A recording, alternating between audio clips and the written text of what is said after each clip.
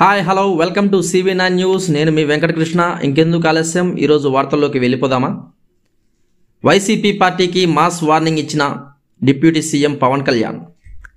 కడప జిల్లా గాలివీడు మండల MPDO Jawahar బాబుపై YCP నేత దాడి చేయడంతో డిప్యూటీ సీఎం పవన్ కళ్యాణ్ ఆగ్రహం వ్యక్తం చేశారు. దాడులు చేస్తే చూస్తూ ఊరుకునే ప్రభుత్వం తమది కాదని హెచ్చరించారు.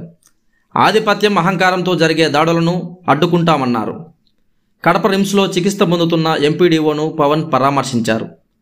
అనంతరం ఆయన మీడియాతో మాట్లాడుతూ,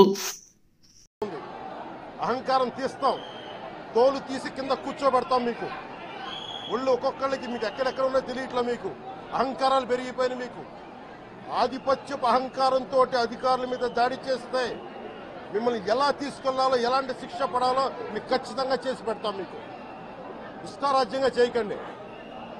అహంకారంతో నడినెత్తి మీద కళ్ళు నెత్తికెక్కాయి. మీకు ఈ ప్రభుత్వం చాలా త్రికరణ శుద్ధిగా అందరం కూర్చొని మేము కలిసికట్టుగా ఉన్నాం. ఇక్కడ ఇది కూటమి ప్రభుత్వం, ఇది వైసీపీ ప్రభుత్వం కాదు. ఇది ఇష్టారాజ్యంగా మీరు చేస్తారంటే కామ్గా కూర్చునే ప్రభుత్వం కాదు. మీకు ఎలా చేస్తే, ఎలా నియంత్రిస్తే మీకు కిందకు వస్తారో మేము చేస్తాం. మీరు గాల్లో విహరిస్తూ ఉన్నారు. 11 సీట్లు వచ్చి ఇంకా గాల్లో విహరిస్తున్నారు. మొత్తం మీకు ఎలా కిందకి దించాలో మాకు బాగా తెలుసు, చేసి చూపిస్తాం. ఇదే కాదు, ఈ సందర్భంగా ఏ నాయకులకైనా సరే అధికారుల మీద దాడి చేసినా, అధికారులు విధులు నిర్వహిస్తుంటే అడ్డుకున్నా చాలా కఠినమైన చర్యలు ఉంటాయి. ఈరోజు నేను వచ్చి ఇక్కడ ఎందుకు వచ్చాను జవహర్ బాబు గారి దగ్గరికి అంటే, ఆయన ఒక SC/ST కులానికి సంబంధించిన వ్యక్తినో వీటి గురించి అని కాదు. ఎవరైనా సరే ఇర్రెస్పెక్ట్ ఆఫ్ కాస్ట్ ఆధిపత్య ధోరణితోటి కనుక దాడి చేసి